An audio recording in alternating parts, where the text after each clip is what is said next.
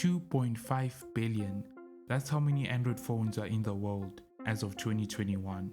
The Android operating system is by far the most dominant mobile operating system in the world, accounting for more than 70% of the global mobile operating system market share.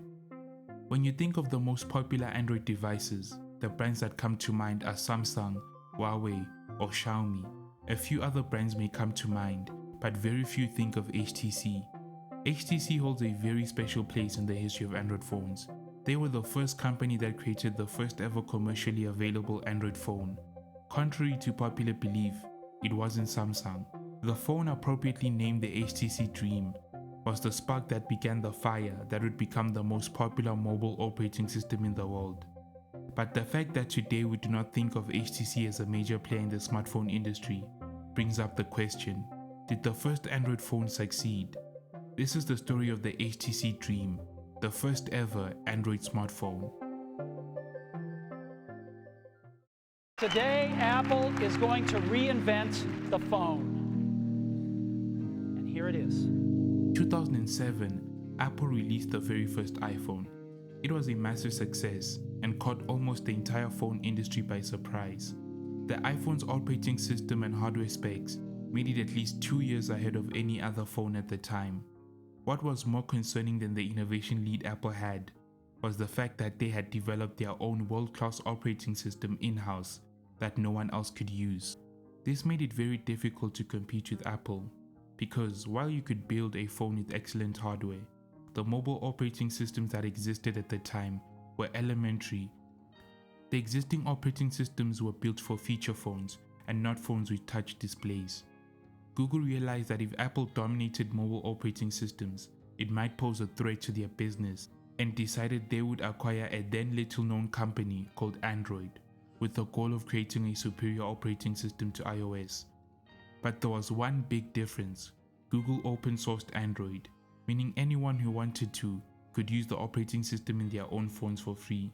This changed the entire dynamic of the smartphone industry. Now all smartphone companies had to do was focus on building phones with great hardware and then just ship them with Android at no extra cost. This posed a great threat to Apple, with Steve Jobs famously vowing to destroy Android and go thermonuclear soon after he heard about the launch of the Android operating system. The first company to answer the calls of Android was HTC. The HTC Dream, also known as the T-Mobile G1, was the first Android phone running Android version 1.0, the very first Android version ever. Although Android version 1 was arguably better than most mobile operating systems at that time, with the exception of the iPhone operating system, it was still primitive and had many flaws. It was a lot more customizable than the iPhone operating system, but lacked a premium feel. For example, the first version of Android did not have a pinch to zoom feature like the iPhone. Apart from the limitations of the Android operating system, there is an obvious elephant in the room. The HTC Dream came with a built-in physical keyboard. It featured both a touch display and a physical keyboard because the first version of Android did not support touchscreen QWERTY keyboards, so they had no choice but to ship the phone with a physical QWERTY keyboard. It's easy to say in hindsight that the keyboard was a bad decision, but in 2008 it wasn't at all clear what smartphones were going to look like. Some revered iPhone for its innovative design, and others preferred the familiarity of BlackBerry and its physical keyboard. Also, the HTC Dream pretty much looked like most of the smartphones of that era. It seems a lot of manufacturers thought a physical keyboard paired with a touchscreen was the best configuration for a phone. So for HTC to incorporate both the touchscreen and a physical keyboard was a perfectly reasonable decision, even if it was somewhat forced on them due to the limitations of Android version 1. Its specs were disappointing.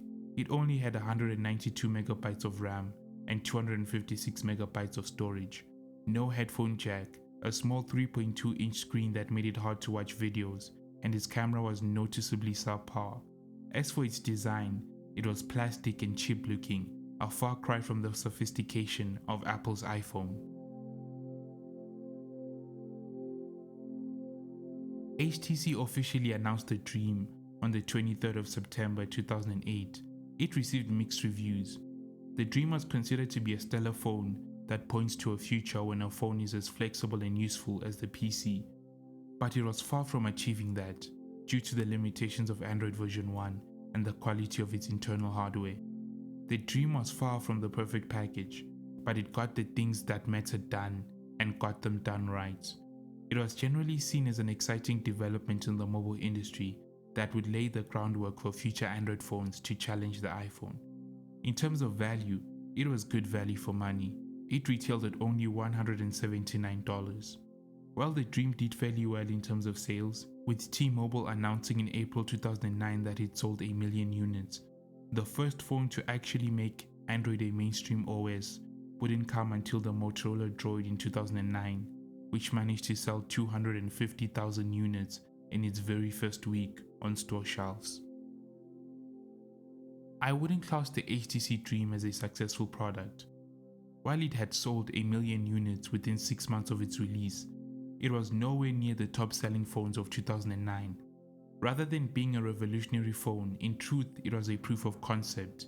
In the United States, it sold enough units to give the Android operating system a 6% market share of the mobile operating systems market.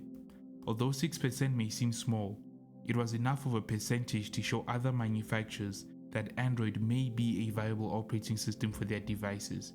And with Android being the most popular OS in the world right now, it is clear to see that the HTC was a success in regards to getting the ball rolling for Android.